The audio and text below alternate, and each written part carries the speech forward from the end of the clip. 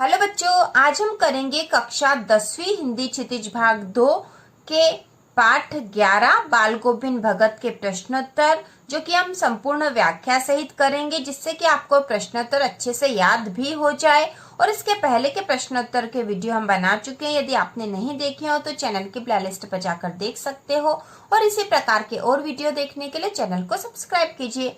तो चलो बच्चों, शुरू करते हैं। प्रश्न पहला, खेती बाड़ी से जुड़े गृहस्थ बाल गोविंद भगत अपनी किन चारित्रिक विशेषताओं के कारण साधु कहलाते थे? तो बाल गोविंद भगत अपनी किन किन विशेषताओं के कारण साधु कहलाते थे, ये हमें बताना है यहाँ पर। तो इसका उत्तर होगा, बाल गोविंद भगत अपने निम्नलिखित चारित्रिक विशेषताओं के कारण साधु कहलाते थे। तो इन विशेषताओं के कारण वे साधु कहलाते थे। तो पहली है, वे बिल्कुल कम कपड़े पहनते हैं, कमर में एक लंगोटी मात्र और सिर में कबीर पंथियों की सी कनपट्टी टोपी। तो उनकी पहली विशेषता यह है कि वह बिल्कुल कम कपड़े पहनते हैं, कमर में उनके एक लंगोटी होती है केवल, और सिर पर एक कनपट्टी टोपी, जैसे कि कबीर पंथी लोग, कबीर पंथी मतलब जो कबीर के अनुसार आचरण करने वाले या कबीर के नियमों के अनुसार चलने वाले जो लोग हैं वह पहनते हैं, तो वैसी वो टोपी पहनते हैं। दूसरा है, वे कबीर को साहब मानते थे और उन्हीं के गीतों को गाते, उन्हीं के आदेशों पर चलते थे। तो बाल गोविंद भगत जो है कबीर को साहब मानते थे, मतलब ईश्वर उन्हीं को मानते थे, उन्हें ही सच्चा गुरु मानते थे, और उन्हीं के गीतों को गाते और उन्हीं के आदेशों पर चलते थे। तीसरा, वे कभी झूठ नहीं बोलते, सभी के साथ सच्चा व्यवहार करते थे। तो बाल गोविंद भगत कभी भी झूठ नहीं बोलते थे और सभी के साथ सच्चा और अच्छा व्यवहार करते थे। चौथा है, बाल गोविंद भगत जो कुछ खेत में पैदा होता उसे साहब के दरबार में ले जाते और उसमें से जो हिस्सा प्रसाद के रूप में वापस मिलता उसी से गुजारा करते। तो बाल गोविंद भगत की एक और विशेषता यह थी कि वह खेती बाड़ी तो करते थे, लेकिन खेत में जो कुछ ही पैदा होता था उसे पहले साहब के दरबार, मतलब साहब का दरबार से मतलब है कि कबीर पंथी जो मठ था या कबीर पंथ का जो आश्रम था वहां पर ले जाते, और उसमें से जो हिस्सा उन्हें प्रसाद के रूप में वापस मिलता उसी से अपने जीवन का गुजारा करते थे। इसके बाद अगला पॉइंट है, वे कभी दूसरों की चीज नहीं लेते, वे कभी भी दूसरों की चीज नहीं लेते थे। तो इस प्रकार ये बाल गोविंद भगत के चारित्रिक विशेषताएं थी। प्रश्न दूसरा है, भगत की पुत्र वधू ने अकेले क्यों नहीं छोड़ना चाहती थी? तो बाल गोविंद भगत थे, उनके पुत्र की मृत्यु हो गई थी। उनके पुत्र की मृत्यु होने के बाद उन्होंने अपनी पुत्र वधू को उसके भाई के साथ भेज दिया था, भेजना चाहते थे वो, क्योंकि वह चाहते थे कि उनकी पुत्र वधू की दूसरी शादी कर दी जाए, लेकिन उनके पुत्र वधू ने अकेले छोड़कर नहीं जाना चाहती थी। तो यह प्रश्न में यही पूछा गया कि वह उन्हें अकेले क्यों नहीं छोड़ना चाहती थी। तो इसका उत्तर है, भगत की पुत्र वधू ने अकेले नहीं छोड़ना चाहती थी क्योंकि भगत बूढ़े थे। यदि वह चली जाएगी तो उनके लिए भोजन कौन बनाएगा, यदि बीमार पड़े तो उन्हें पानी कौन देगा। इसलिए बुढ़ापे में भगत की सेवा करने के लिए उनकी पुत्रवधू ने अकेले नहीं छोड़ना चाहती थी।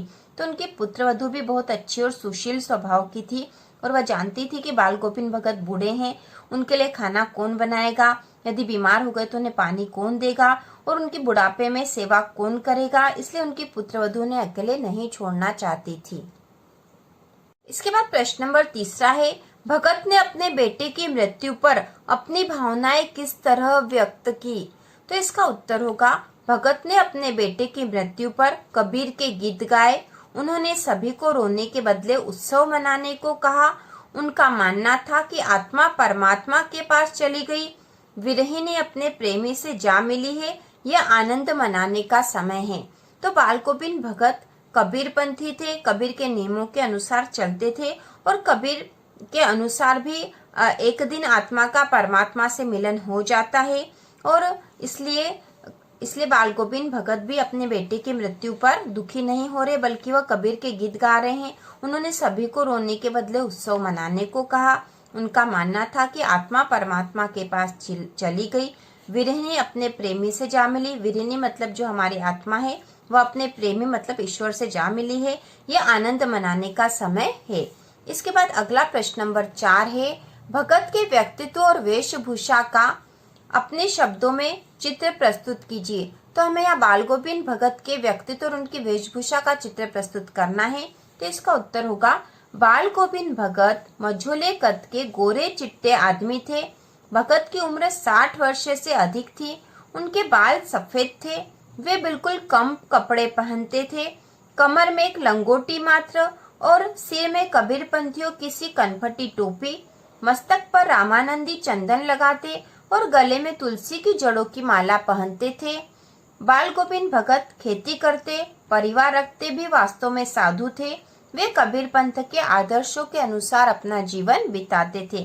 तो ये बाल गोविंद भगत का व्यक्तित्व और वेशभूषा थी, जिसका वर्णन यहाँ हुआ है कि वह मझोले कद के थे, गोरे चिट्टे थे, उनकी उम्र 60 वर्ष से अधिक थी, बाल उनके सफेद थे, कम कपड़े पहनते थे, एक लंगोटी मात्र और सिर पर कबीरपंथियों किसी कनफटी टोपी पहनते थे।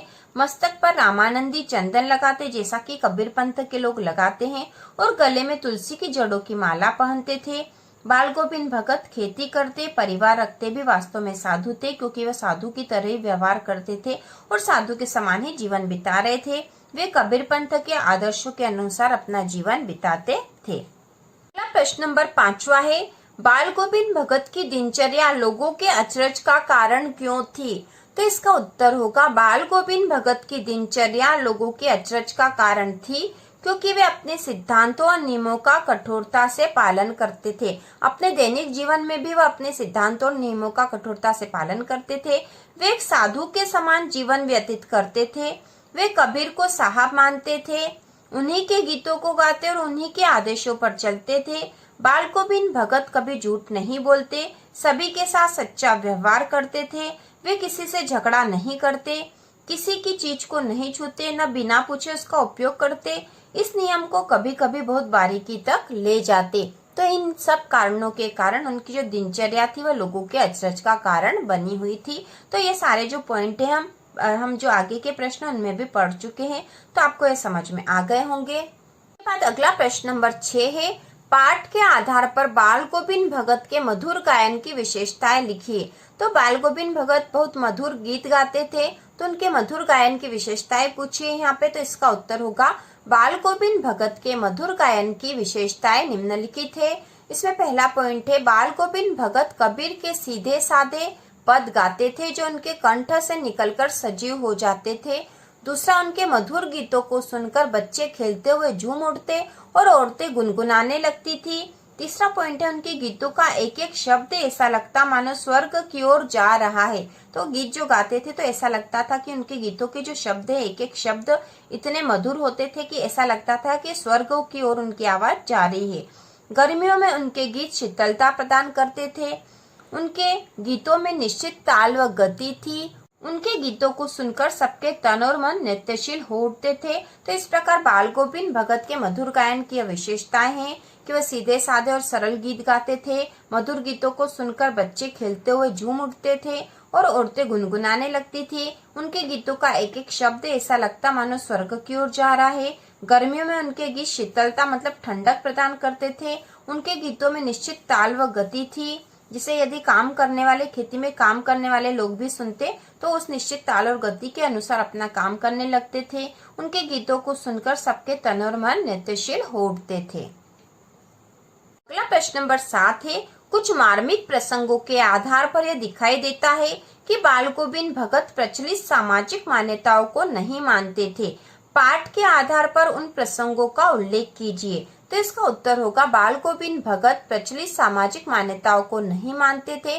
पाठ के आधार पर ऐसे प्रसंग निम्नलिखित थे।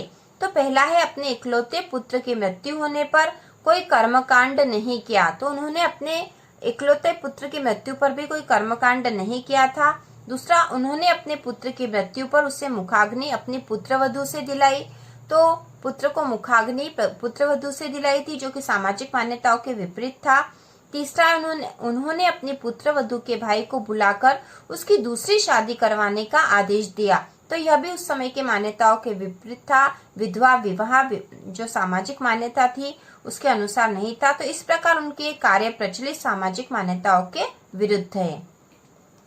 अगला प्रश्न नंबर 8 है, धान की रोपाई के समय समूचे माहौल को भगत की स्वर लहरियां किस तरह चमत्कृत कर देती थी? उस माहौल का शब्द चित्र प्रस्तुत कीजिए। तो इसका उत्तर होगा, जब भगत गीत गाते थे और उस समय जब धान रोपाई का समय होता था तो उनकी स्वर लहरियां, उनके गीत माहौल को कैसा बना देती थी, कैसे चमत्कृत कर देती थी, यह बताना है हमें। तो इसका उत्तर होगा धान की रोपाई के समय समूचा गांव खेतों में उतर आया है, ठंडी पुरवाई चल रही है, ऐसे समय में भगत की स्वर लहरियां गूंज रही है, उनका कंठ एक एक शब्द को संगीत से मिलाकर स्वर्ग की ओर भेज रहा है। बच्चे खेलते हुए झूम उठते हैं, औरतें गुनगुनाने लगती है, हल चलाने वालों के पैर ताल से उठने लगते हैं। यह बाल गोविंद भगत के गीतों का जादू था। तो यहाँ पे एक शब्द चित्र प्रस्तुत करना था, जो कि कर दिया है, और यह बहुत आसान भी है कि धान की रोपाई के समय समूचा गांव खेतों में उतर आया है, ठंडी पुरवाई मतलब ठंडी हवा चल रही है, ऐसे समय में भगत की स्वर लहरियां मतलब उनके जो गीत है गूंज रही है, उनका कंठ एक एक शब्द को संगीत से मिलाकर स्वर्ग की ओर भेज रहा है, मतलब वह मधुर गीत गा रहे हैं। बच्चे खेलते हुए झूम उठते हैं उनके गीतों को सुनकर, और औरतें गुनगुनाने लगती है, हल चलाने वालों के पैर ताल से उठने लगते हैं। यह बाल गोविंद भगत के गीतों का जादू था। इसके बाद रचना और अभिव्यक्ति वाले भाग में प्रश्न 9 है। पाठ के आधार पर बताएं कि बाल गोविंद भगत की कबीर पर श्रद्धा किन किन रूपों में प्रकट हुई है। तो इसका उत्तर होगा बाल गोविंद भगत की कबीर पर श्रद्धा निम्नलिखित रूपों में प्रकट हुई है। तो पहला है वेशभूषा।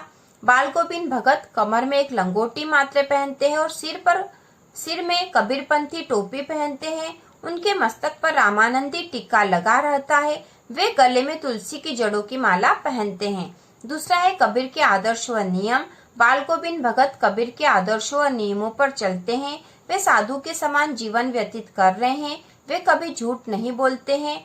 तीसरा है कबीर के गीतों का गायन। बाल गोविंद भगत कबीर के सीधे साधे पदों को गाते हैं। इसके बाद चौथा है सामाजिक मान्यताओं के विरोधी। बाल गोविंद भगत भी कबीर के समान सामाजिक मान्यताओं का विरोध करते हैं। वे पुत्र को मुखाग्नि अपनी पुत्र वधू से दिलाते हैं। इसके बाद पांचवा पॉइंट है कबीर का अध्यात्मवाद।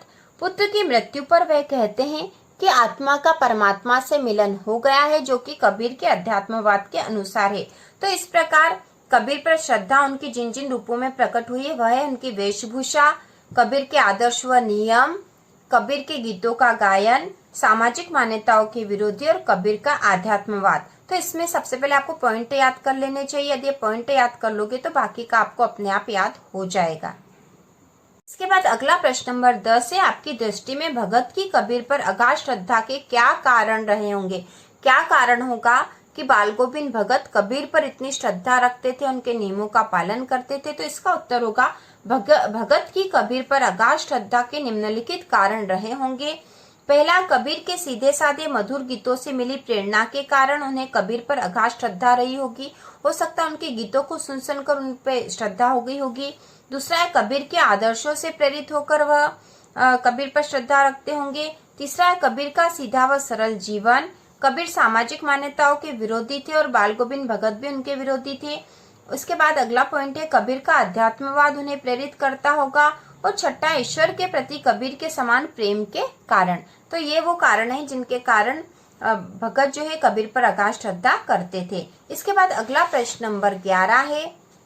प्रश्न नंबर 11 है, गांव का सामाजिक सांस्कृतिक परिवेश आषाढ़ चढ़ते ही उल्लास से क्यों भर जाता है। तो इसका उत्तर होगा गांव का सामाजिक सांस्कृतिक परिवेश आषाढ़ चढ़ते ही उल्लास से भर जाता है, क्योंकि आषाढ़ के महीने में खरीफ की फसल की बुआई होती है और ग्रामीण जीवन कृषि आधारित होता है।